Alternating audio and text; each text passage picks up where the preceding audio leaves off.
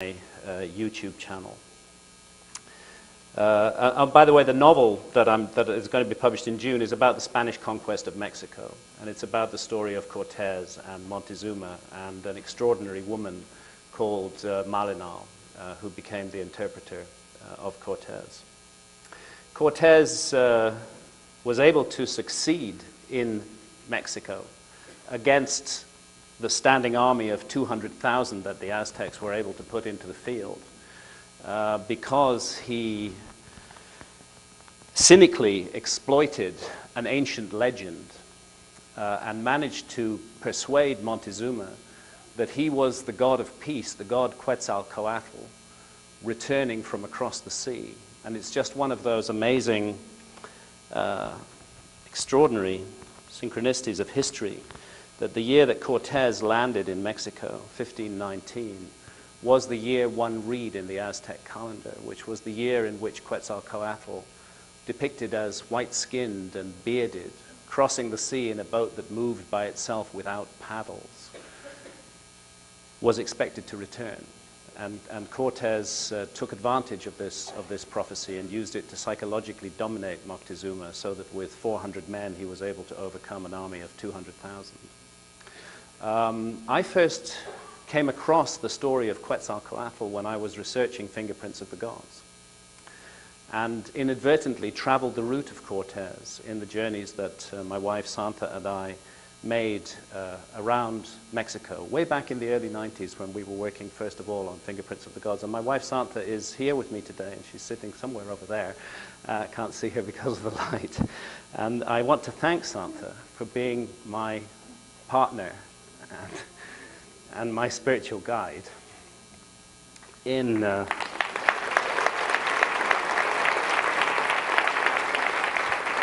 the adventures that we have had, whether it's been climbing to the top of the Great Pyramid or diving 140 feet beneath the sea. Santa's a photographer, and she took almost all the photographs that I'll show today. There are a few exceptions, and where there are exceptions, I've acknowledged the photographer in a subtitle. So there we were in Mexico, and the conventional theory has it that the Americas were peopled entirely by Asiatic people from across the Bering Strait during the Ice Age, when the ice connected what is now Alaska and Russia. And that this whole settlement of the Americas by these Asiatics took place not much more than 12 or 13,000 years ago. So it was very odd to find ourselves in La Venta in the Gulf of Mexico, and to find statues and imagery of individuals who clearly were not Asiatic in any sense, but who were rather white-skinned and bearded Caucasian-looking people. And it's that imagery that's associated with the tradition of Quetzalcoatl, and one of them is here. I hope you can see him on the left-hand side of the screen. This is clearly not an American Indian. This is somebody with a beard with features that look distinctly Caucasian. And the imagery of the feathered serpent, which the Aztecs absorbed, also goes back to this period. Now, this period, La Venta, is dated to 1500 BC, 3,500 years ago. But I believe it's actually much older than that. And part of the theme of the talk I want to give you today is that archaeology has made some serious mistakes in the dating of particular monuments and sites, and has all too often handed over to the latest inhabitants of those sites work that was done by much earlier peoples. Also in Mexico, you find people with rather Semitic features like this. Again, clearly not a Native American Indian. And this is from Monte Alban, and also dates, orthodoxly dated, to about 3,000 years ago. And what about this chap? You know, I mean, again, look at that heavy beard. These heavy beards are not characteristic of Native Americans, and these Caucasian features.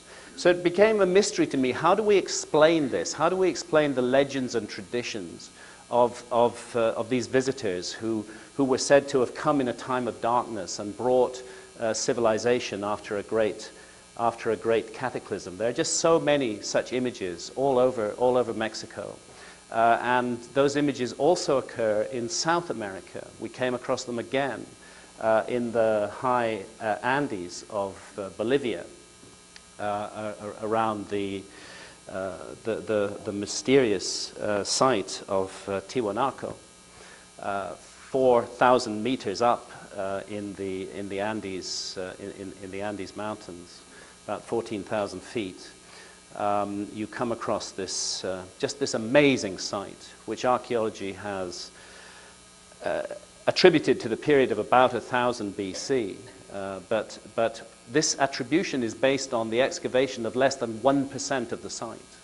And all too often, where you're dealing with dating, what you're dating is organic materials. You can't actually date stone, but you can date organic materials, and there's a danger of contamination by later cultures, and actually what you're looking at is a site that's much older, but you're dating more recent organic material that has entered the site. So again, in Tiwanaku, we find these bearded, non-Native American-looking peoples, and they're also associated with a myth, and that's the myth of Viracocha, or the Viracochas, who again came from across the sea in a time of darkness, bringing the gifts of civilization after some kind of fall that had affected humanity. Go over to Easter Island. I think everybody's familiar with the amazing stone heads of the Moai of Easter Island. And what's noticeable about them is these very prominent chins, you know. But actually, if you get up closer and take a look at it, you can see that these chins are beards, and that these are also bearded individuals. And one of the themes I want to explore concerning Easter Island is that it may have been radically misdated by archaeologists. Well, here's our gem, our jewel of a planet that the universe has gifted us with. What a privilege it is to be born in a human body and to live in this magical, enchanted realm, floating on the ocean of the cosmos, and to have the opportunity to learn and to grow and to develop here through many lifetimes, because we've all been here before, and we're all struggling to remember. There was a time, not so long ago, when our planet didn't look quite the way it looks today. And that was called the last ice age. It set on about 125,000 years ago, and it reached its maximum extent, what's called the last glacial maximum, about 21,000 years ago, very recently in geological terms. And when the last glacial maximum was reached, gigantic ice caps sat on top of North America and of Northern Europe. And when I say gigantic, I mean huge. These ice caps were 2 miles deep. Can you imagine that? 2 miles of ice covering the whole North American continent, 2 miles deep.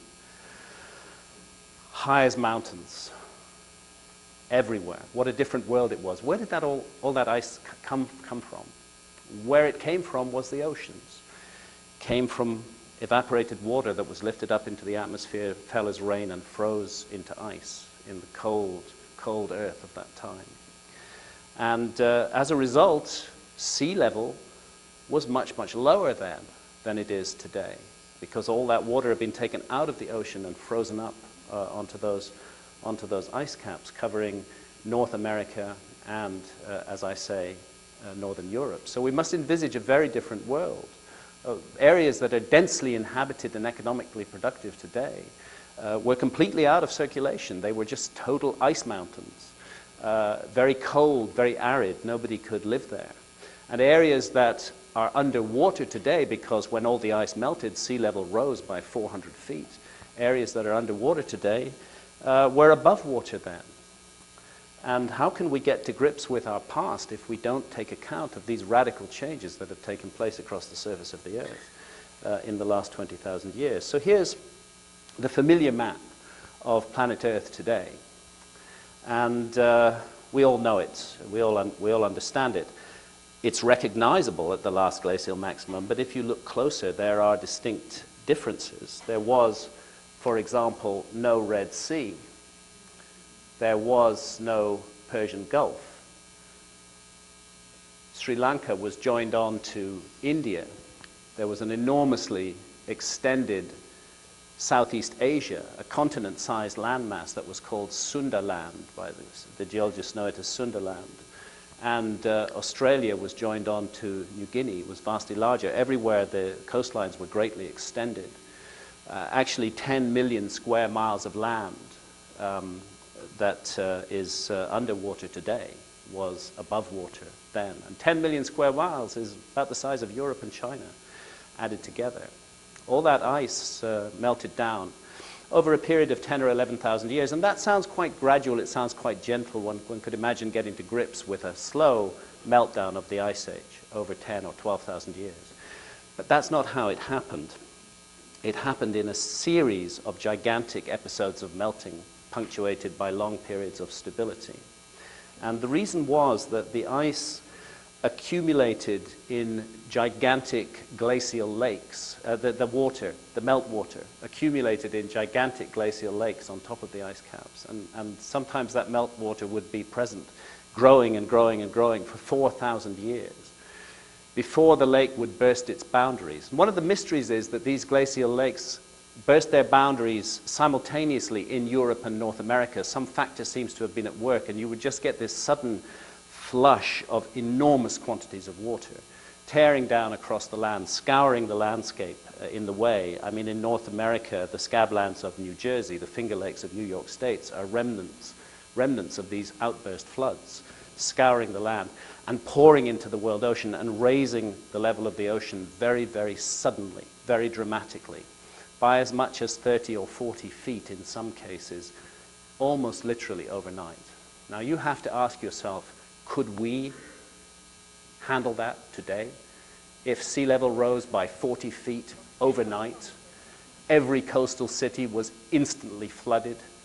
You know, we find it difficult enough to deal with Hurricane Katrina or the Boxing Day tsunami, but this is a global disaster on an unimaginable scale. And it happened several times during the last ice age. And when it happened, it was accompanied by enormous episodes of volcanic activity and earthquake activity as well. Now, archaeology doesn't accept that any memory could have been preserved of these floods. That's why archaeology, when confronted by the phenomenon of more than 2,000 flood myths from around the world, prefers to believe that those are results of primitive peoples exaggerating little local floods in relatively recent history. And I find that completely unnecessary, because the fact is we had global floods between 21,000 and 11,000 years ago. And those global floods were on a horrendous scale. And that, I believe, is what is remembered in the flood myths from all around the world. And some of those flood myths are very familiar to us. One of the best known, I'm sure known to everyone in this room, is the story of Atlantis, of the lost civilization of Atlantis. Because in many, many cases, these flood myths, as they're called, don't simply say that there was a flood, but they say there was a civilization before the flood. And it was a high civilization, an advanced civilization. And it was destroyed by the flood. And they have a common theme. They say that this civilization was once spiritually wise, that it lived in harmony with the universe, but that it went through a kind of corruption or decline, and that it became arrogant and cruel and mean-spirited and vicious, and lost its respect for the universe. And as a result, the gods punished this civilization with the flood. And this is indeed the story that Plato passes down to us in the story of Atlantis. I'm sure many of you are aware that the earliest surviving reference to Atlantis comes in the work of Plato. And Plato says that he received the story from his ancestor Solon, the famous Greek lawmaker, who lived around 600 BC. And Solon, in turn, had been given the story by the ancient Egyptians when he made a journey to Egypt and visited the temple of Sais in the Delta, and was told there of the civilization of Atlantis and how the founders of the civilization of ancient Egypt had come from Atlantis.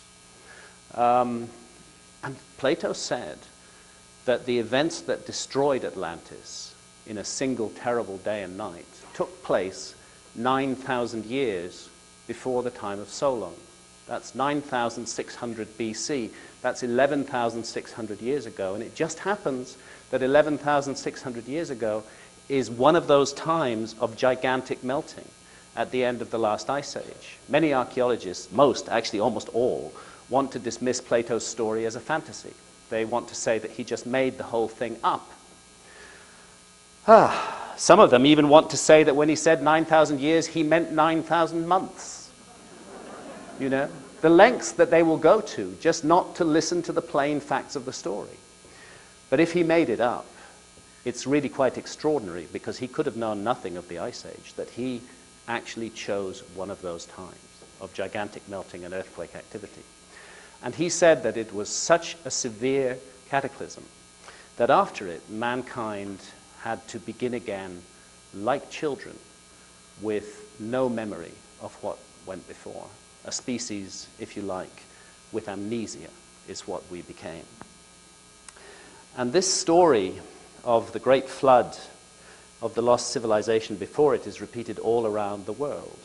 And very often there's a Noah figure, a figure who seeks to preserve the essence of civilization and transmit it to future generations. It's in India, it's Manu. In Greece, it's Deucalion and Pyrrha. The same story is found amongst the ancient Maya. The Dresden Codex may refer to the flood at the end of the Ice Age, and the language of the Dresden Codex is truly alarming, portraying this final, all-embracing cataclysm. Of course, we're most familiar with the story of Noah, and anyone reared in the Judeo-Christian tradition is well aware of the story of Noah and of Noah's Ark. But it's completely clear that the story of Noah was simply a later recension of an already existing and much more ancient story. Because all of the fine details of the story of Noah in the Bible are found in what is called the Gilgamesh epic, the Epic of Gilgamesh, from Sumer. And Sumer occupies the land area that we now call Iraq in the Arabian Peninsula. That is, in fact, the combined streams of the Tigris and Euphrates rivers, which formed a giant watercourse in the basin of which lay several fertile lakes. If anywhere on earth is a candidate for the Garden of Eden, it's this place.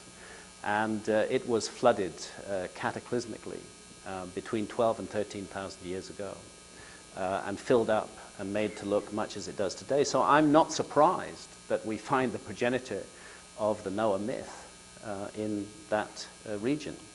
And we find these myths in Australia as well, preserved amongst the Aboriginal people who we know have been in Australia for at least 50 or 60,000 years. They too tell stories of gigantic floods that ate up the land.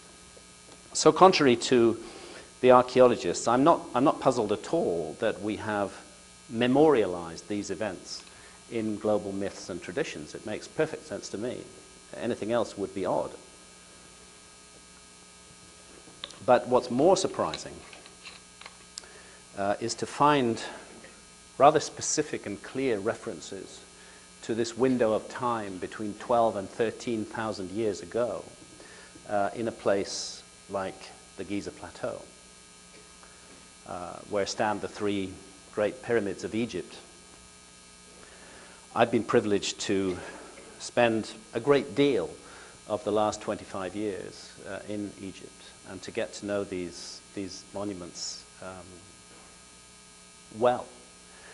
They've become a kind of second home to me. It's such a beautiful place, Giza. Again, I'm sure that many in this room have been to Giza and have been touched by its enchantment. There's the great pyramid of Giza, well, no, I'm showing you first of all the plateau. But there is the Great Pyramid of Giza with the last surviving wonder of the ancient world. And we're looking now up the the southwest corner of the Great Pyramid of Giza. And should you wish to climb the Great Pyramid, which is illegal, that's the corner you want to go up.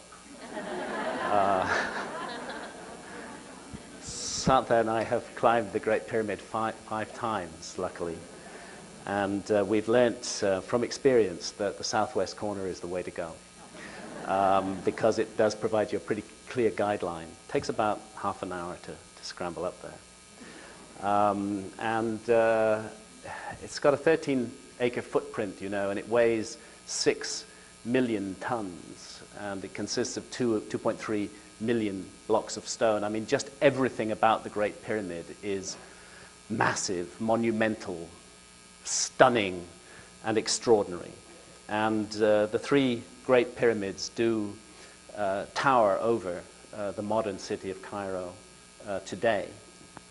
You can't fail to be reminded of them wherever you go in Cairo. Now, Santa took this photograph from an Egyptian military helicopter hovering over the Great Pyramids. And we're actually on the northeast side of the plateau here. And this is the village of Nazlet al-Saman that clusters around the base of the Great Pyramid. You know, and you wander through the streets of Nazlet al-Saman at night, if you listen carefully, you can hear the sound of picks and shovels in the basements. That's because everybody's got archaeology under their floor. That's why for a long time Zahi Hawass was trying to have Nazlet al-Saman bulldozed so that he could control that archaeology, but he's out of a job now.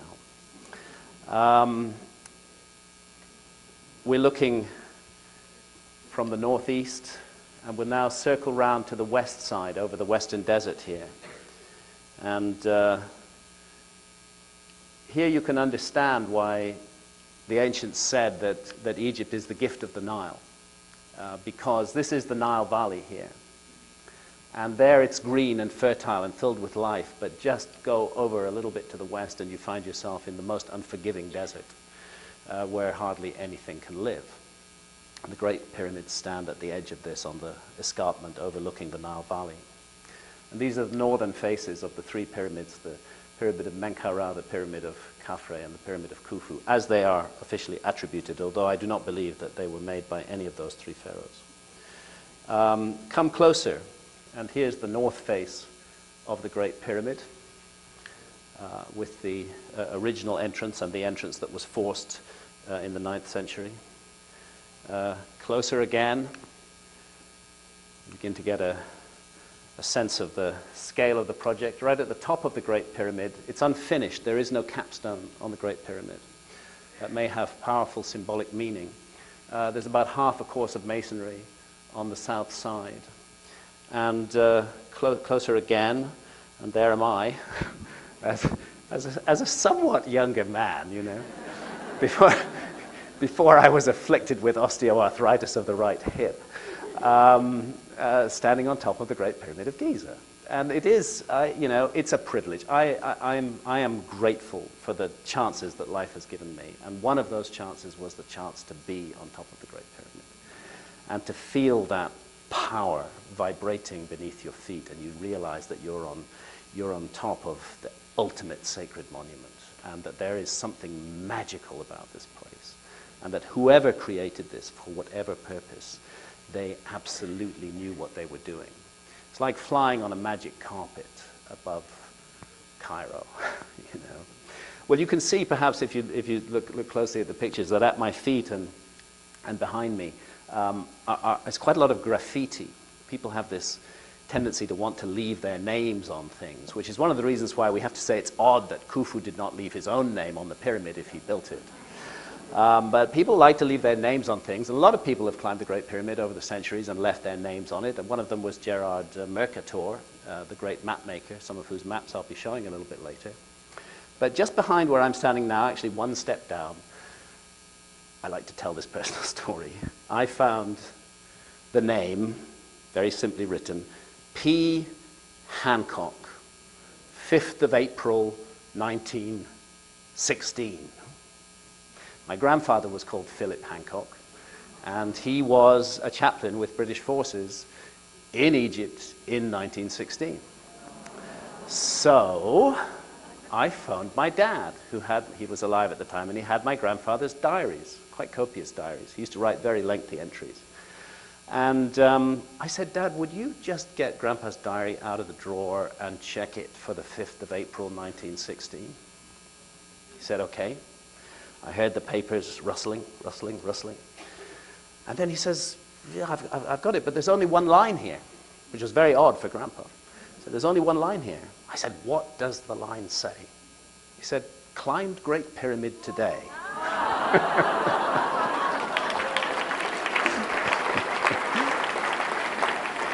So, you know, a personal connection there, and it really means something to me. When my father, many years later, was dying of cancer, Santa and I brought him to Giza. Unfortunately, he wasn't able to climb the Great Pyramid, but I know it meant a lot to him. So here it stands, 6 million tons, 481 feet high, 13-acre footprint. And just by chance, if you'll believe the Egyptologists, it's positioned on latitude 30, 1/3 of the way exactly between the equator and the North Pole.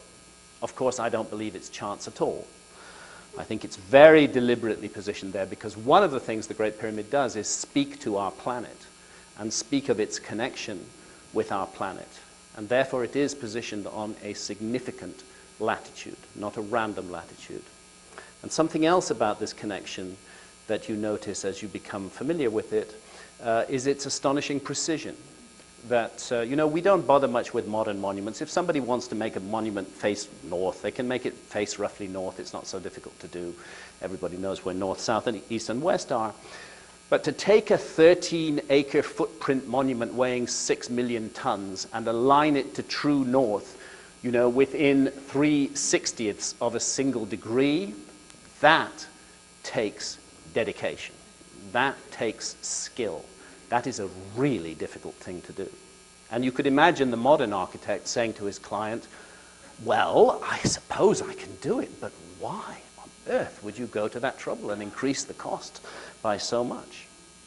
But there it is, almost perfectly aligned to true north. And something else about the Great Pyramid, a little more subtle, a little more arcane, is that it is in fact a scale model of the northern hemisphere of the Earth.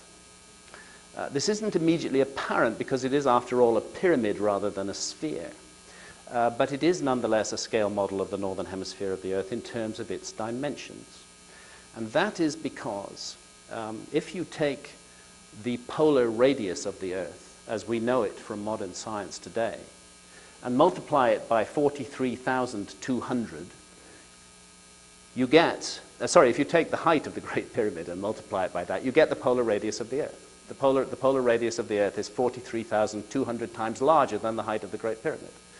And the equatorial circumference of the Earth is symbolized by the base perimeter of the Great Pyramid. Measure that, multiply it by 43,200, and you get the equatorial circumference of the Earth. So all those centuries and millennia, when our ancestors did not know the measurements of the Earth, all they ever had to do was measure the Great Pyramid, multiply by 43,200, and they would have got the answer. And weirdly, Isaac Newton, who spent a lot more time studying the Kabbalah than he spent studying physics, knew this because he sent John Greaves, a professor at Oxford University, to Egypt in the 1600s to measure the Great Pyramid because Isaac Newton was convinced the Great Pyramid did encode the dimensions of the Earth. Don't know how he knew that.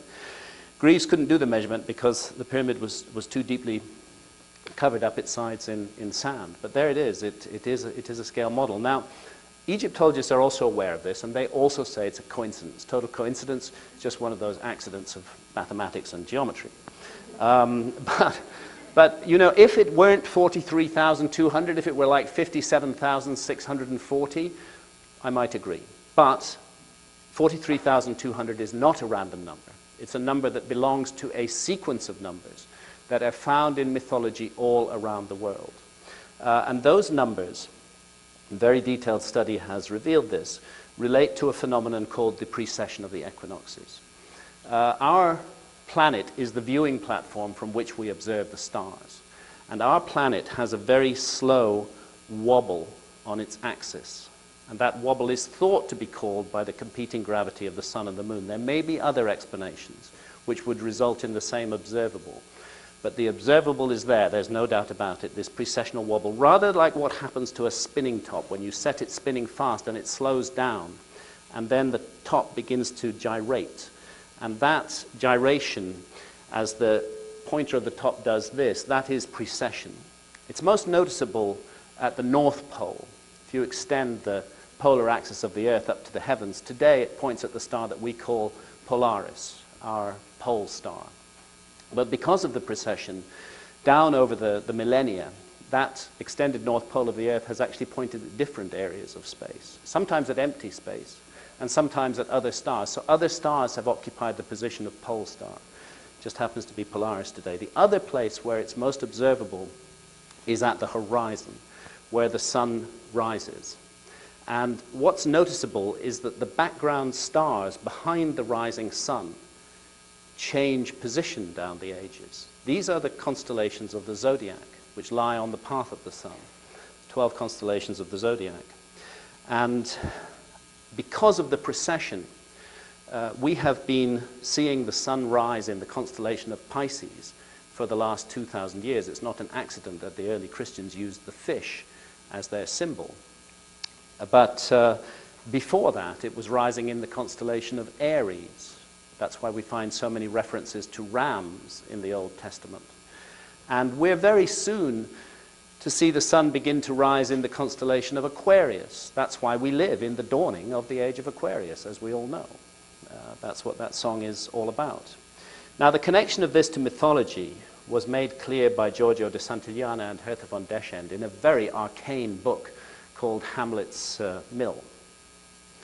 And very difficult book to read. I actually had to read it 5 times before I really got it.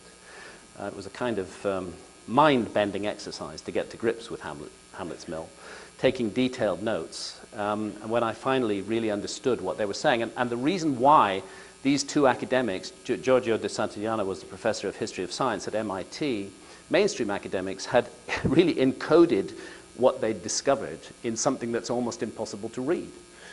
Because they were afraid of the reaction that it would cause amongst their colleagues. But they did sum it up in a little footnote hidden away, is that there was a detailed, precise knowledge of the precession of the equinoxes thousands of years before the Greeks, who it's handed to. It's thought we didn't know precession until about 2,000 years ago.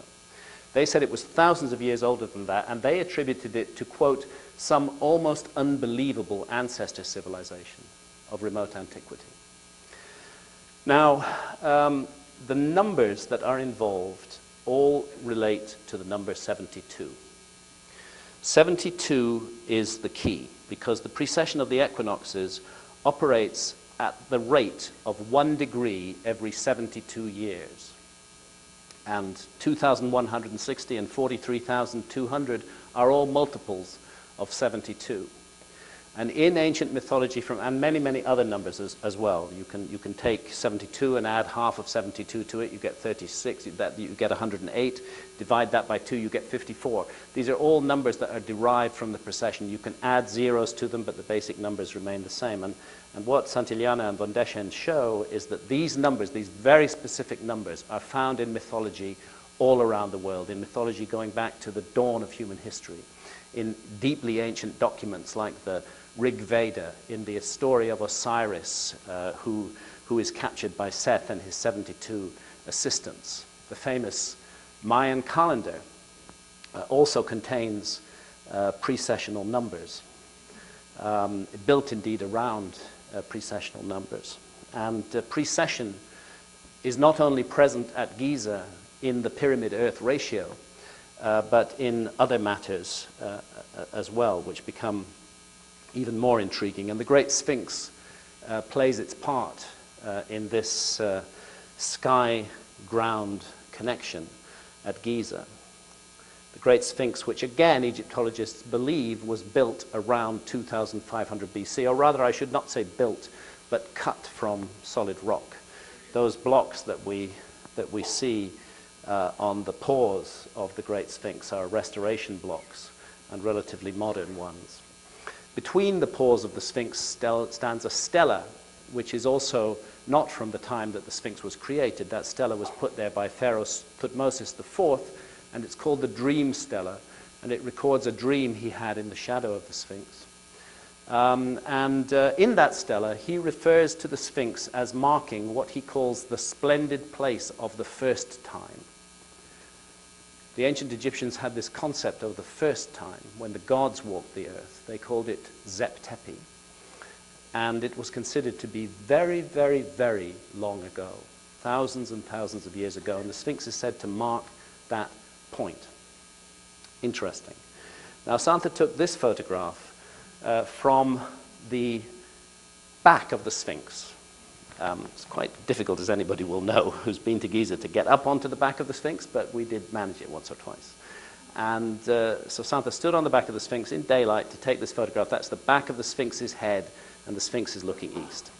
Now, if you were to be there at dawn, on the summer solstice, the 21st of June, the longest day of the year in the northern hemisphere, the sun would be rising way over here to the left of the gaze of the Sphinx, way over here to the left. And if you were to come at dawn on the winter solstice, the 21st of December, the sun would be rising far to the south of the east, way over here to the right of the Sphinx.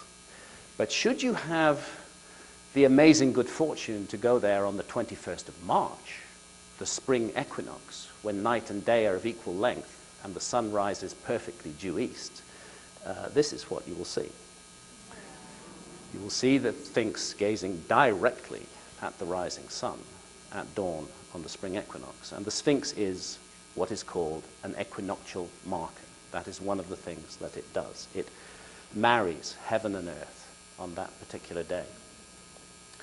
Now, the precession does not affect the rising point of the sun on the horizon. The sun will always rise perfectly due east on the spring equinox.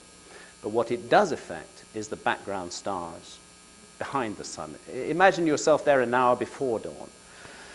The sky is dark. You see a constellation lying on the horizon. That constellation today, we're on the cusp between Pisces and Aquarius.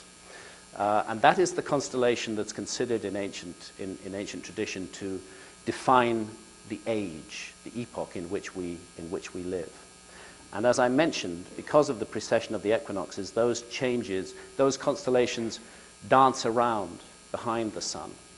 And the dance takes place in the opposite direction of the annual cycle through the zodiac. So it goes Leo, Cancer, Gemini, Taurus, Aries, Pisces, and Aquarius. And each constellation houses the sun for 2,160 years. That's 30 times 72. We live now at the dawn of the age of Aquarius. My friend Robert Boval, with whom I've been privileged to write many books, has done more, I think, than anyone else to draw attention to the astronomical language of the Giza Plateau. And the fact that the three great pyramids on the ground represent three stars. In fact, the three stars of the belt of the constellation of Orion. But you can see it for yourselves whenever you go there at night and sense the sky above and the pyramids below and just see this. These are three stars brought down to Earth. But here's the mystery. With modern astronomical software, we can do what would have involved very intricate calculations for the ancients. We can work out exactly, we can know exactly how the stars looked over any point of the Earth's surface at any time in the past 30,000 years. And when you roll the skies back over Giza, you find that something extraordinary happens between 12,000 and 13,000 years ago, between 10,000 BC and 11,000 BC. And it's perfect at around 10,500 BC, but really there's very little change in a 1,000-year period in the positions of the stars. And it happens at dawn on the spring equinox, when the Sphinx is gazing due east at the rising sun, then housed by the constellation of Leo, because this was the age of Leo. The Sphinx's own celestial counterpart is rising in the heavens. And the constellation of Orion at that very moment is lying due south on the horizon at the meridian, with its 3 belt stars mirrored by the pattern of the 3 great pyramids on the ground. And even... Yeah, the Sphinx is looking at his own celestial counterpart, or rather her own celestial counterpart. The Sphinx is looking at a lion in the sky. And that's one of the points that I want to make is that if the Sphinx was built in 2500 BC, they should have built it in the shape of a bull, because that was the age of Taurus. It doesn't make sense to build it in the shape of a lion unless you're building it 12,500 years ago. Unless the Sphinx is actually 10,000 years older than the Egyptologists think it is. That's why this diagram is so intriguing. And very strangely, the Nile and the Milky Way also line up. The Milky Way that the ancient Egyptians called the winding waterway. Now, I'm not saying that whoever created the Giza monuments put the Nile there. But I am suggesting that one of the reasons that site was chosen was because the Nile was there in that pattern, and that it lent itself to the creation of this extraordinary diagram. That the site is speaking to the date that we call 10,500 BC, or the epoch between 10,000 and 11,000 BC. Now, I don't want to take the whole of the Giza Plateau away from the ancient Egyptians. The ancient Egyptians saw themselves as the inheritors of the gods of the first time. They saw themselves as receiving a legacy of wisdom from the past and of extending and expressing that wisdom in their age. And the ancient Egyptians had a great deal to do with the Giza Plateau. But I am suggesting that the Giza Plateau has remotely ancient origins, and that whereas the ancient Egyptians may have finished the pyramids, work had already begun on the pyramids long, long before that. And one of the places that I'm certain is prehistoric is the subterranean chamber, which lies directly beneath the apex of the pyramid, deep under the earth, in the original primeval mound around which the Great Pyramid is built. I would say that the subterranean chamber is definitely 12,000 plus years old. And I would say that the same goes for the Great Sphinx and for the temples, the megalithic temples that surround it. These are part of the first phase of construction at Giza, dating back to the time that the ancient Egyptians called Zep Tepi the first time.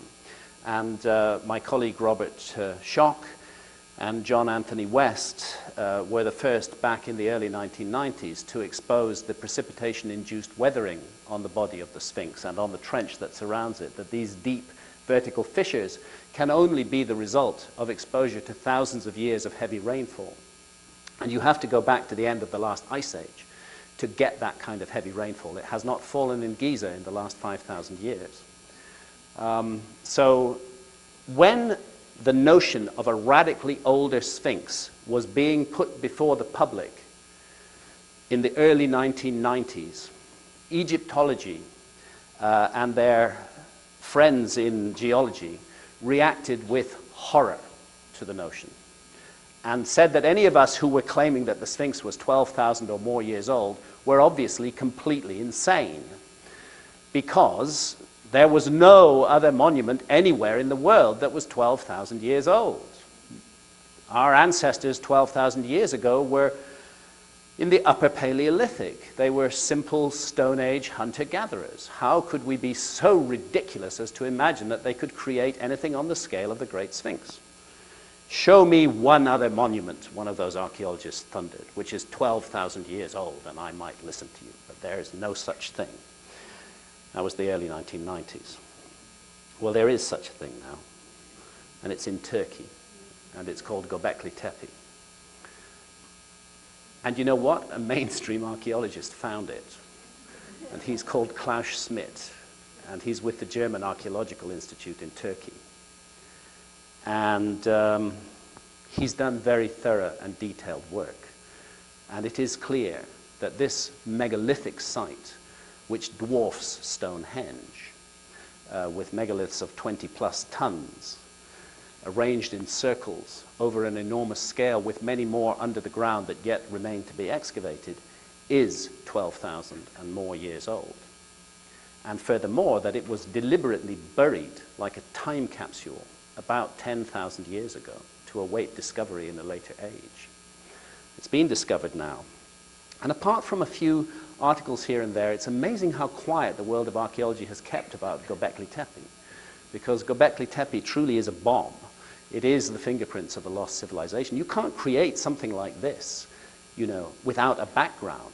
You have to have experience. You have to have knowledge of working and moving stone. And there it sits, the oldest stuff the best, 12,000 years old, coming out of nowhere, just appearing suddenly. Well, of course, there's a background to it, and of course it provides a context for the Sphinx.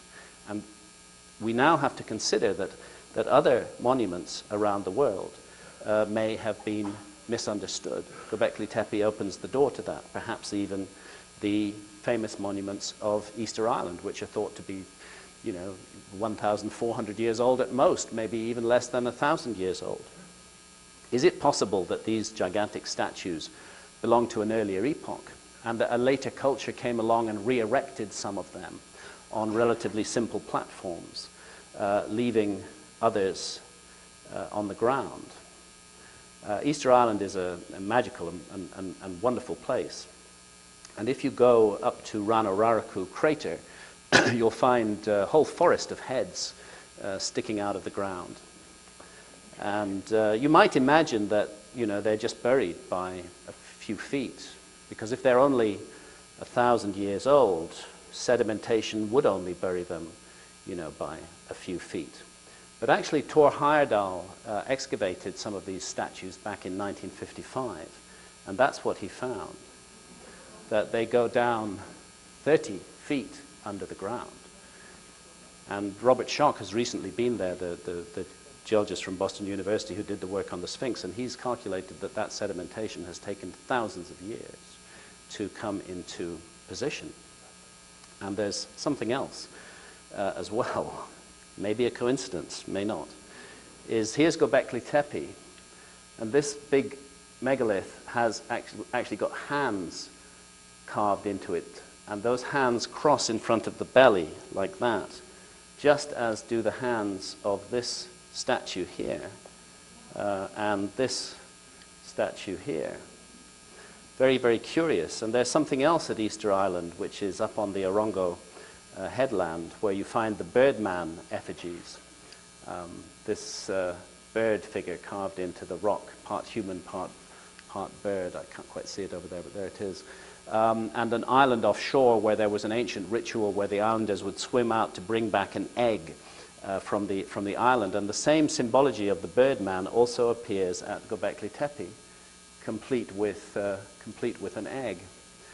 I think at the very least there's something that requires further investigation going on here.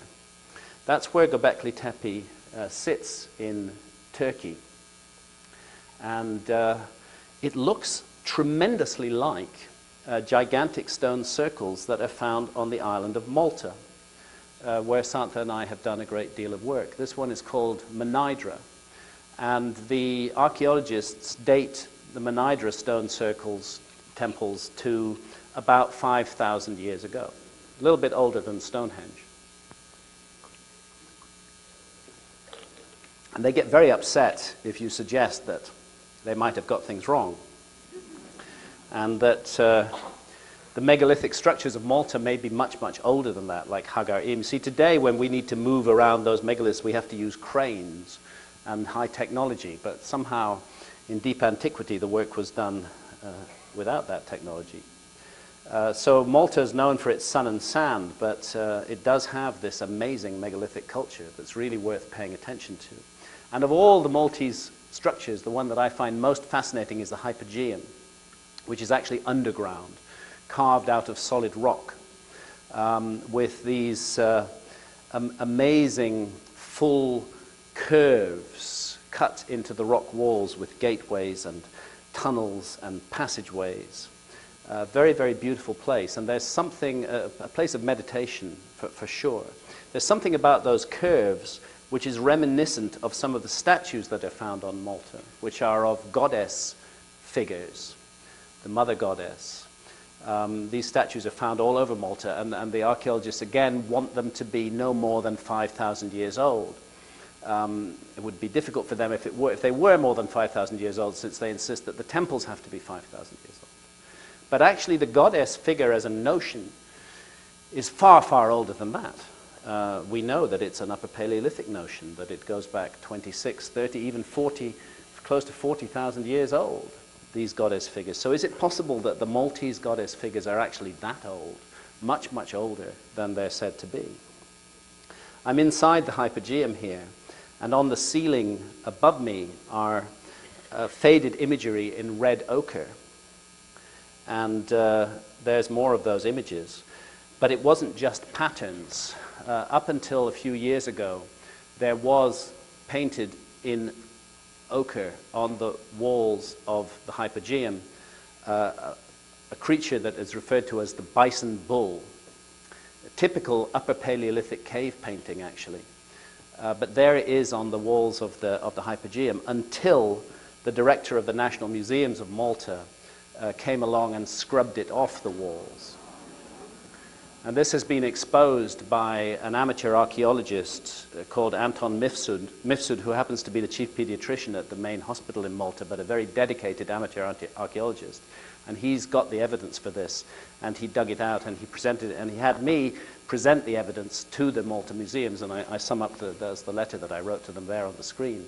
And we pushed this evidence at them again and again and again, and they just stonewalled it and refused to comment. They didn't even come back and say, no, it never happened. They just shut up completely. So a terrible crime took place against archaeology in that place, largely because it would have suggested that the Hypogeum was thousands of years older than archaeology wants it to be. Also of the same period are these cart ruts, which archaeologists also want to be about 5,000 years old. Some cart, I have to say. Some rut.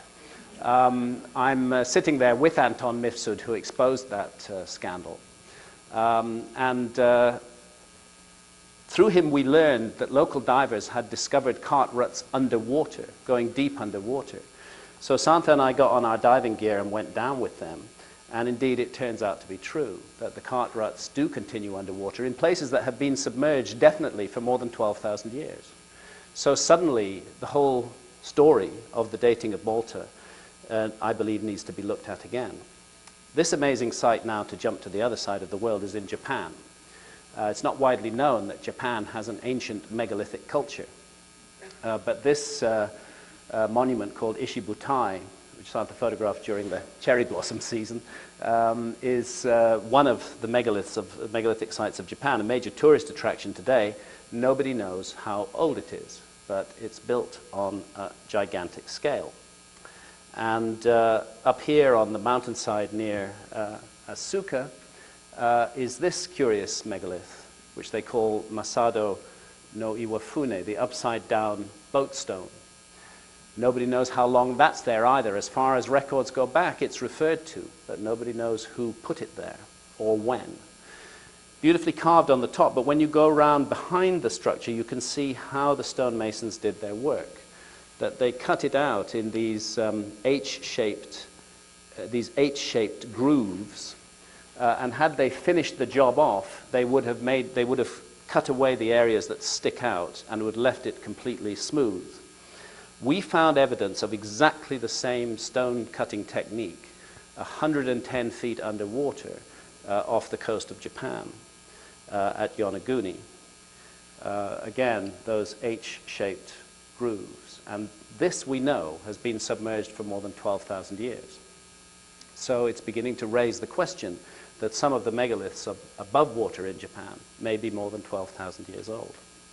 I'm going to take you on a quick visit to Yonaguni, which is the most southwestern of all the Japanese islands, down near Taiwan, where Santa and I have been privileged to put in somewhere between 200 and 300 dives over a period of years, trying to wrestle with the archaeologists over the underwater monuments of Yonaguni.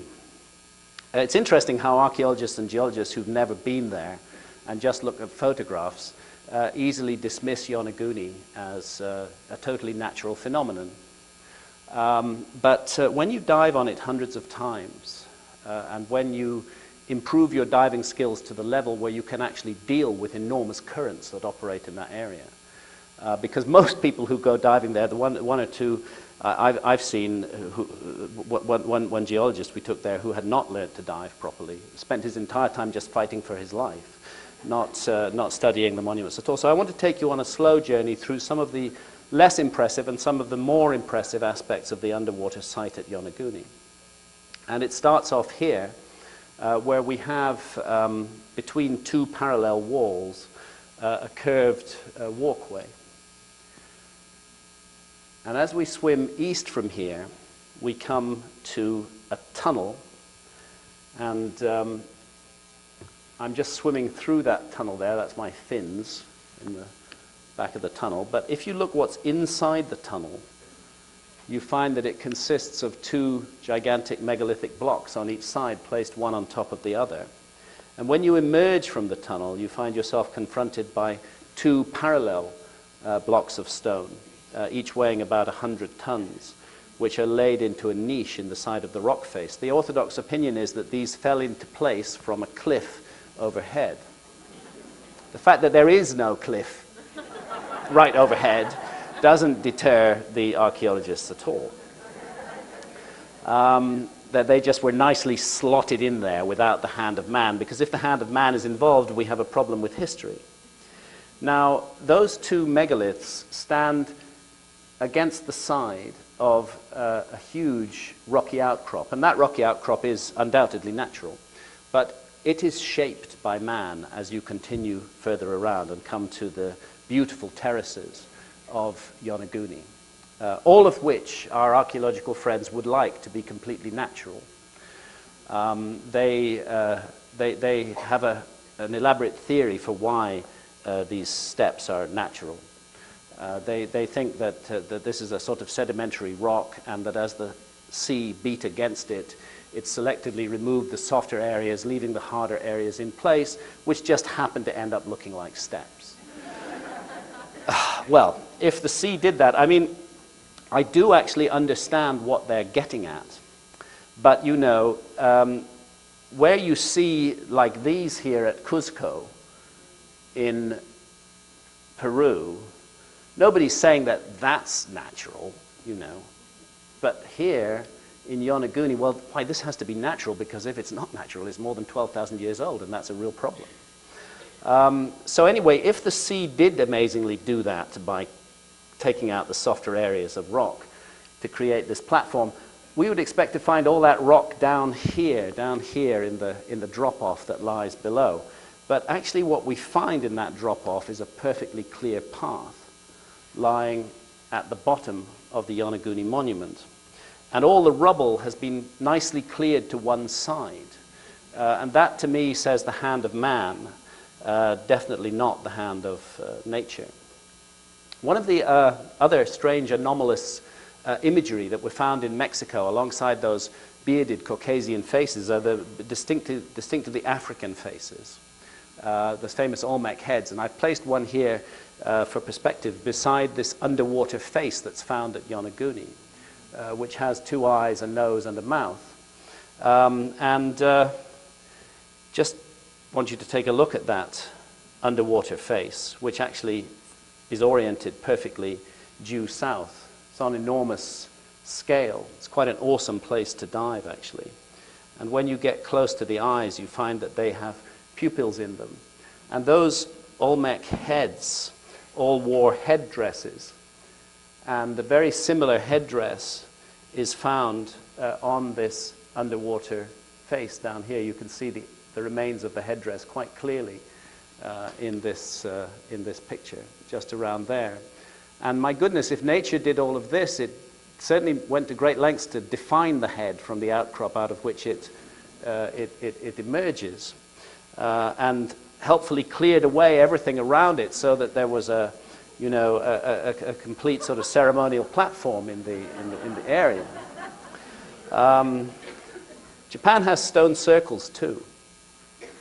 a couple of stone circles shown here. The larger ones are not so large, and they're also very small ones made of little river stones placed on the ground, dated to around 4,000 to 5,000 years old. But underwater off Japan, there's a gigantic stone circle, one of the most impressive monuments I've dived on anywhere in the world, and it's off the coast of Okinawa, in the southwest of Japan. Yonaguni's down here. Here's Okinawa, and off the Kerama group of islands, at a depth of 110 feet, you come to this huge stone circle underwater, which interestingly has those little river stone circles clustered around it as well, exactly like you find in the sites that are supposed to be 4,000 years old above water. This too is a difficult dive. Sometimes we've had to wait there for 5 or 6 days to be able to get down on it. The sea's been so bad, the currents have been so intense, you just get swept away and find yourself suddenly half a mile away from where you mean to be diving. But on this occasion, when Santa took this photograph, and I'm there holding the video camera, as you can see from the bubbles, there was no current and it was very calm. It gives you a sense of the scale of the thing, and the way that we have a central upright surrounded by surrounding megaliths, all carved out of solid rock. No way on earth the sea did this. And the way, for example, that the outer megalith here, the inner curve matches the outer curve of the central upright. Really quite striking. So let's remind ourselves of the position of Southeast Asia at the end of the last ice age, 21,300 years ago. And we see that the island of Taiwan was actually joined onto mainland China at that time, as I suspect mainland China would still wish it to be today. And interestingly, Taiwan, which is very near to Yonaguni, has a mysterious megalithic culture. There are megaliths all over the island of Taiwan, quite striking ones. Nobody knows how old they are either. But we went there because local divers drew our attention to an underwater wall lying off the west of Taiwan. And that's that wall, very imposing structure with battlements, with a patio in front of it. And when you get up close, you find that this is no natural feature, that this is made of individual blocks of stone which have been put into position to create the wall. So I've spoken of Japan and Taiwan, and now I want to talk a little bit about ancient maps. Because there's one ancient map dating to the 1400s, which was drawn up from copying older source maps, and which also incorporates certain prejudices of the 1400s, which is really weird, because this map shows us the Atlantic Ocean. It's the Atlantic Ocean over there. And that's Spain there. That's Spain over there, and the Mediterranean Sea, and North Africa, the coast of North Africa coming down here. But in the Atlantic Ocean are positioned these two huge islands called Satanaze and Antilia, which don't exist in the Atlantic Ocean. In those days, for those few people who did credit the world with being round, the notion was that if you sailed west from Spain, you would come to Asia. You would come to China. That's what Columbus believed when he set sail. He believed he was going to discover China, going to come a new route to China. And as is well known, two large island systems lie off the coast of China, and those are Japan and Taiwan. And that's what these two islands show. They show Japan and Taiwan, but mislocated according to the prejudices of the time into the Atlantic Ocean. Robert Fuson, the professor of geography at South Florida University, has clearly established that these are images of Japan and Taiwan. But what he didn't get into is images of Japan and Taiwan when. And let's look first at Antilia. Here's Taiwan as it looks today, but here's how it looked 12,400 years ago, with a distinct little island lying off to the west side, near where that wall we dived on is. And there's Taiwan, and there's Antilia, and that distinct island is shown in exactly the right place. on the Antilles map, not as it looked in 1424, but as it looked 12,400 years ago. And Japan was one island during the Ice Age, not the three main islands, but one island with a deep inlet here and here, exactly as we see on this image of Satanase. So it seems that somehow these maps are preserving imagery of Japan and Taiwan as they looked during the last Ice Age. Well, here's map-making technology of the Middle Ages. Very beautiful, but you don't want to navigate by it. These are called the TO maps from their OT shape. And the T is actually, what happens in these maps is the east is up. So this is actually the Mediterranean Sea here. And this is the Holy Land. This is Palestine, up here at the top of the maps. And then you have the Nile River system going off down into Africa here, at this side, and North Africa and Europe and Spain.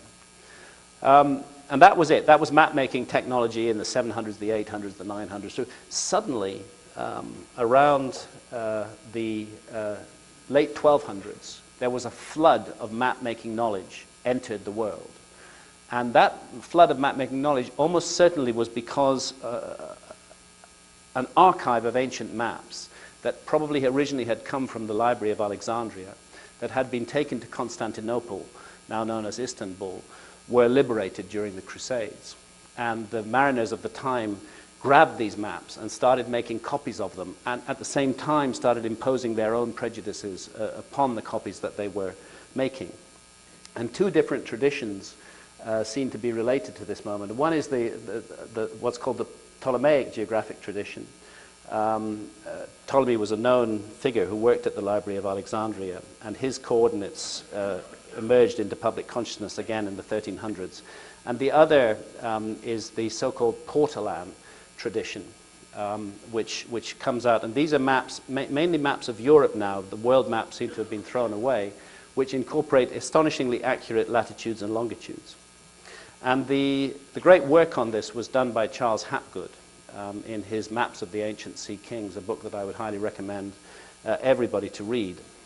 But I just want to take a look at a few of these anomalous maps, like this Waldseemüller world map of 1507, which shows Southeast Asia vastly extended and not as it appears today, but rather as it appeared at the end of the last Ice Age. And the famous Piri-Reis map, source of much controversy. You can see that there's a large island up here, roughly off the coast of the United States, where Florida is. This large island here. And I don't know if you can see that on that large island is depicted a row of stone blocks running right up the middle of the island.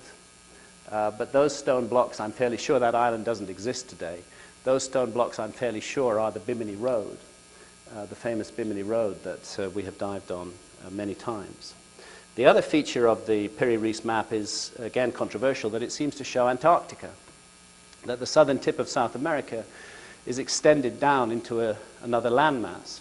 And Piri-Reis tells us in his own handwriting on the map that he based this map on 100 older source maps that he copied from.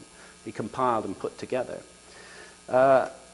Antarctica, the problem is, was not discovered by our culture until 1818. It was unknown to our explorers until the early 19th century. So here's Antarctica as we know it today, but maps that were not based on copies of older source maps, maps based on current knowledge from the early 1800s, show Antarctica like this, as nothing. There's just nothing there at the South Pole at all. So it's weird that when you go back some hundreds of years before that, to the 16th, 15th, 14th centuries, you find maps that show Antarctica pretty accurately. And what all these maps have in common is that they are based on older source maps, now lost to us. That's the Orontius Phineas map, and here's one of those Mercator maps, again showing Antarctica. And even some astonishing details, like this little island off the coast of Ireland, shown on a 1513 map, this little island off the coast of Ireland here called High Brazil. You'd need a time machine if you wanted to discover that island in 1513, or indeed today. But it did exist in exactly the right place between 12 and 13,000 years ago. That's when it was submerged at the end of the last Ice Age. So Go back to Giza. They seem to be using precessional astronomy, which changes at the rate of 1 degree every 72 years, with monumental architecture, to draw attention to that epoch between 10,000 and 11,000 BC. 1 degree every 72 years. Now today, for historical reasons, we draw the prime meridian of the Earth through Greenwich in England. And it's difficult to notice the relationship of sites around the world with that prime meridian. But as I was doing my research, I discovered that actually the site of Angkor in Cambodia does lie precisely 72 degrees of longitude east of Giza. And that immediately becomes apparent if you just shift the prime meridian and draw it through Giza instead, as I believe it was the ancient prime meridian of the Earth. And actually many other sites around the world also fall on that grid, where there are mysterious ancient monuments, such as Tahiti, such as Easter Island. In a way, Easter Island is the exception that proves the rule, because Easter Island today is about 200 miles off that grid. But if you go back to the end of the last ice age, you find it was part of a huge archipelago, the largest island of which sat precisely on the grid. And Ponape in Micronesia and Tiruvannamalai in India are also on the grid. Tiruvannamalai, where there's a tradition that wise men took shelter after the flood to preserve and pass on human knowledge to the future, where we find astonishing pyramidal temples and memories of the time before the flood. And just off the coast of India, not far from Tiruvannamalai, we find interesting underwater ruins at Pumpahar and at Mahabalipuram. It was very difficult for Santa to get good pictures at Pumpahar because the water is very dirty, even down at 100 feet underwater in areas that have been submerged for more than 12,000 years. But this is undoubtedly a man-made structure, and we've had this confirmed by the Indian Archaeological Institute. A man-made structure that's been submerged for more than 12,000 years off the coast of India, with large blocks of stone lying on the seabed. And go further north from Pumpahar to Mahabalipuram, where you find rock-cut temples standing on shore. You also find fishermen who are really quite upset about the huge underwater city that lies off the coast, because they keep catching their nets on it, and they keep having to send down free divers, often in difficult circumstances, to free the nets, and people get killed. It happens that Santa's first language is Tamil, so we were able to have long conversations with these fishermen, going way back to 1992, actually. And they convinced us that they were telling the truth. And we said to them, have you spoken, for example, to archaeologists about this? And they said, we have, but nobody believes us. And then we found that there was a legend of the 7 pagodas, that there were ancient legends that spoke of a city that had been flooded by the sea when the gods became angry with it for its cruelty and arrogance, rather like the story of Atlantis. So finally, in 2002, we were able to set up an expedition. And as you can see, it's a very high-tech expedition.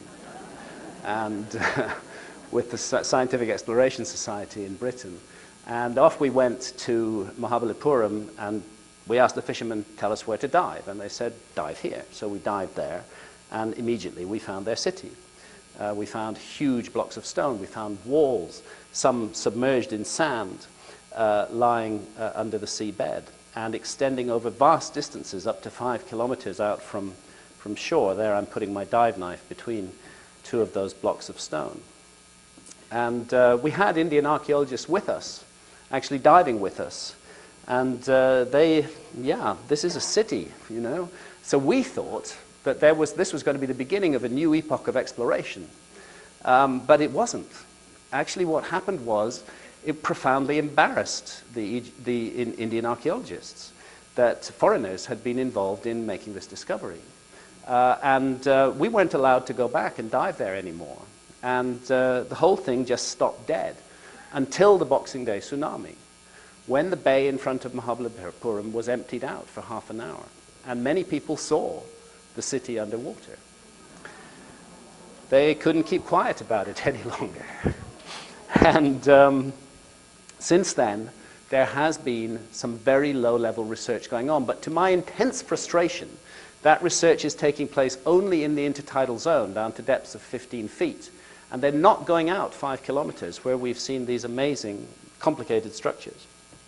So again and again, we are a species with amnesia, and those who are responsible for memorizing our past keep on covering it up. Like in the Gulf of Cambay, up here, where side-scan sonar shows the remains of 2 huge cities underwater at a depth of more than 120 feet. Gigantic rectilinear structures on the bed of the sea. Again, 2002, up till today, no diving whatsoever has been allowed on the site. I don't get it. Let's just jump over to Ponape in Micronesia on the grid over here, the site of Nan Madol, very famous, beautiful temples above water on the island of Ponape in Micronesia. But these structures that we see above water also continue underwater into this bay. And they initially look like the structures above water. But as you dive deeper and deeper, down to 120 feet beneath the water, and as the water gets murkier and murkier, enormous columns and pillars start to appear. And that's when you think about the local legend as this silty water is in your face. That's when you start to think about the local legend of the underwater city that's guarded by 2 gigantic sharks. And you think of those sharks coming at you out of the murk and the gloom. And so it continues. Columns and pillars underwater, some of them fallen. And this fallen column greatly resembling megalithic architecture on the island of Tinian, which is in the same general vicinity and was in fact the island from which the American nuclear raids on Japan were launched. Those are the megaliths on the island of Tinian. I'm suggesting that the whole megalithic culture of the Pacific may have been radically misinterpreted, and that we may be looking at something much, much older than we believe we're looking at. Let's finally go to Angkor, 72 degrees of longitude east of Giza, that significant number, where we find 72 major temples, all of them orthodoxly dated to just over 1,000 years ago, and I don't actually dispute that dating. What's happened at Angkor is that temples have been built on temples have been built on temples. This site has been sacred since time immemorial, and what we're looking at when we look at the temples of Angkor today is the latest incarnations of a much, much, much more ancient tradition. Like the famous Angkor Wat. Again, Santha got this photograph from a military helicopter. Pretty scary ride, I have to say. Something out of Apocalypse Now, actually, just flying. Anyway, as you can see, Angkor Wat is pyramidal in form, and running through it is this amazing east-west axis. This is the east side over here, that's the west side over there, which just continues across the moat and then disappears off over the horizon kilometers away. A perfectly straight line. Now, if you position yourself on this causeway, on the west side of the causeway, looking east at dawn on the spring equinox. Remember, dawn on the spring equinox is the day when the great Sphinx marries heaven and earth, looking at the rising sun. Well, position yourself on that causeway at Angkor before dawn, and this is what happens.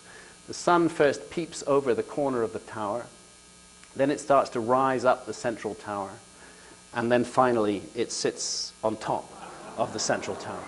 And the whole place, you know, lights up like a fairy tale kingdom. And you realize that that's what this was built to do. It was built to unite heaven and earth on that special day. A magical, enchanted moment takes place. And here's the interesting thing about Angkor, which again my colleagues in Egyptology will not accept, is that when you actually draw lines between the principal temples on the ground, you find that they look like a constellation in the sky. And that constellation is the constellation of Draco the dragon. And dragon serpent symbolism is the most common symbolism at Angkor.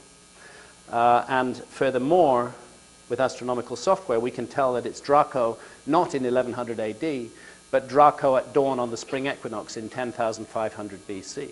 exactly the same as we find at Giza. And this notion of using the stars and architecture to speak to certain dates is not even alien to our own culture. We actually do that. And we do it for the reasons I believe it was done at Giza and Angkor, that any human language may become extinct, that we may not be able to read that language, like we can't read the Indus Valley script today. If you want to speak across the millennia, you want a universal language. You want a language that can be understood in any time. And that's the language of astronomy. Now, as I say, the stellar positions changed very little over 1,000 years. This is drawing our attention to the window between 12,000 and 13,000 years ago, between 10,000 BC and 11,000 BC. And enormous effort was put into it. And are we being told that something of great significance for the world happened in this period? Perhaps something that led to the destruction of a great global civilization. Is this the work of the survivors? Something that's meant to pass down knowledge in some way? I felt for a long time that that's the case. But one of the reasons when I spoke of cataclysm 12, 13,000 years ago, that I came in for a lot of criticism, is that archaeologists said, well, look, yes, we know it was the end of the last ice age. It was a bad time. But what's special about 12 to 13,000 years ago? What really big thing happened then that you really would make people sit up and pay attention? I couldn't answer that question until 1997, when evidence of a massive cometary impact in precisely that period came to light, evidence derived by mainstream science. Sorry, 2007, not 1997. 2007 is when this evidence came out. That huge geographical features of North America, the Carolina Bays, for example, are impact craters, that some kind of fragmented comet exploded over North America and Canada and created a gigantic global cataclysm, leaving distinct microspherules on the ground, which are the signature of a cometary impact. And now, when this, and that happened around 12,900 years ago, in other words, exactly in that window of 12 to 13,000 years ago. When this evidence first came out, the team who presented it were immediately attacked by their geological colleagues. And for a long time, there was doubt over the evidence. Another group of scientists went and tried to find those microspherules, and they used a certain kind of sieve, and they couldn't find the microspherules. But that was because the sieve was too big, and the microspherules were falling through it. And now the whole research has been reviewed again by a multinational team, and they're now really quite sure that it did happen, that there was, this is from 2012, and that there was a gigantic cometary impact over North America and Canada roughly 12,900 years ago. And that impact created what we would call a nuclear winter today, that it threw up so much dust into the atmosphere that the sun's rays were bounced back off into the heavens, and that the Earth, which had been coming out of the Ice Age, went back into a deep freeze. And that's why we have the phenomenon that geologists call the Younger Dryas, 1,000 years of radical, inexplicable refreezing at the end of the last Ice Age. 70% of all animal species went extinct during that period. And it's impossible to believe that our ancestors were not radically affected by it. It might perhaps even have got rid of an entire global civilization. We know about fragmenting comets. Everybody knows or should remember about Shoemaker-Levy 9, which collided with Jupiter spectacularly in 1994. A sort of cosmic freight train of fragments of a comet torn into pieces, which bombarded Jupiter in a most spectacular way. I think we should all be incredibly, deeply grateful for the planet Jupiter. Thank you, Jupiter, who is the giant guardian of life on this planet. Not by accident that the ancients called Jupiter a god. With its huge gravity and its enormous dimensions circling in the outer solar system, what Jupiter does is it sweeps up those comets and asteroids that would otherwise make life on Earth impossible. It protects us from those bombardments, but every now and then, as we know, despite all the efforts of Jupiter, a comet or an asteroid gets through. The KT event that resulted in the extinction of the dinosaurs 65 million years ago, for example. And we can now say a gigantic cometary impact 12,900 years ago. And the more I look at this, the more I find it intriguing when we look at these star maps, because there is a resonance between the sky of 12,500 years ago and the sky of today, and it relates to the phenomenon of precession. And I started to wonder, were they not only drawing our attention to something that happened in that window between 12 and 13,000 years ago, but also saying, and it might come back? Because there is such a phenomenon as the long-period comet. A long-period comet can easily have an orbit of 12,000 or more years. What goes around comes around. And the odd thing about these two skies is that then Orion was at its lowest point on its precessional journey, and Draco was at its highest point. Then Leo was rising in the east, and Aquarius was setting in the west, all this at the spring equinox. Now today, Orion's at its highest point, and Draco's at its lowest point. And Leo's setting in the west, and Aquarius is rising in the east. It's like the two skies have flipped around half a precessional cycle later. And I can't help thinking, suppose the date that comet struck was 10,948 BC. Half a precessional cycle would bring you exactly to 2012, to the Mayan calendar. And I started to wonder, maybe, suppose some fragments of that comet are still in orbit. Is that what they're trying to tell us, that something's coming back? I mean, how? You can't be so exact in the science, but long-period comets are worrying. And comets do fragment. That's why I think it's really interesting that a very recent discovery has been made in the skies. And that discovery is of a new comet coming our way. And actually, it's not the 21st of December 2012, but over 12,000 years, it's pretty close. Next November, the brightest object in our night sky will be this comet. And the good news is, it's going to miss. It's not the end of the world, fortunately. Of course, we have to reserve some caution, because comets don't become visible until they outgas, and they outgas close as they come closer to the sun. We have to reserve the possibility that some fragments of that comet may not be yet outgassing, but I don't believe it's the end of the world. And I don't actually believe that the Mayan calendar was predicting the end of the world when it drew attention to the 21st of December 2012. We are in this hazardous cosmos, but perhaps the greatest danger to the human race is posed by ourselves and by our own incredible stupidity and our own attraction to evil and wickedness, which it is of vital importance that we resist. No, what the Mayan calendar was speaking of was not the end of the world, but the end of a cycle, the end of a great cycle in the human story. And it's very interesting, if you look at the Mayan calendar, the long count, it actually runs for a period of 5,126 years. And that's from 3,114 BC to 2012 AD. And when it comes to an end, a new cycle immediately begins on the 22nd of December 2012. And in the Mayan way of thinking, you would not expect that to mark the end of the world, but you would expect that it speaks to some kind of change that's underway in the human story right now. And what's interesting about these dates is that if you go back to 3000 BC, that's the beginning of a particular period of the human story. That's when the first great cities are built, as far as we know. That's when we get the birth of the hierarchical, centrally dominant, organized religions. That's when we get the beginnings of the notions of the great corporations.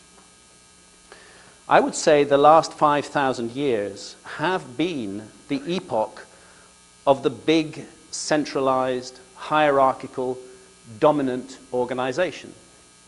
And I actually think the Maya are right. That epoch is coming to an end. That model is broken. And that model has brought the world and the human future close to destruction.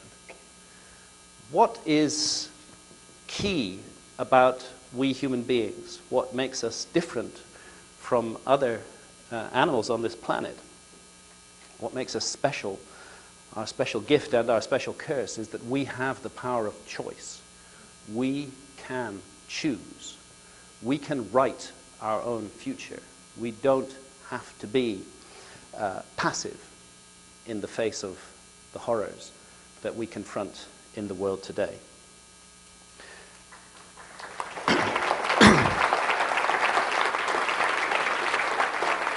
And what I see waking up all around the world is indeed the birth of a new human consciousness.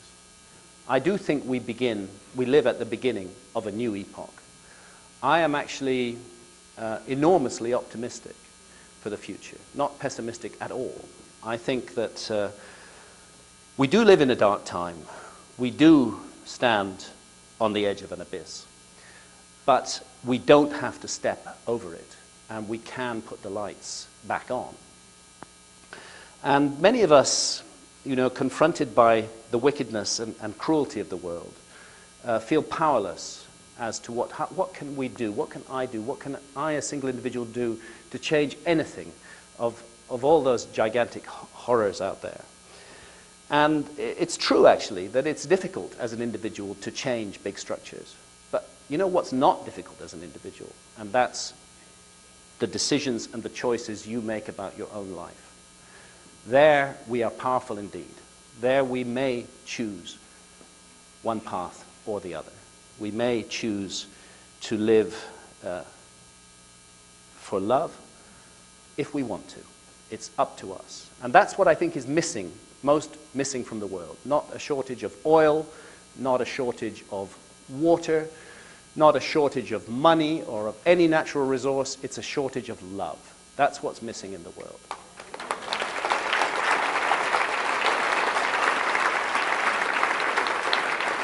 And that's what each one of us have the sovereignty in our own lives to make the right choice to do, to live with love. And loving is giving.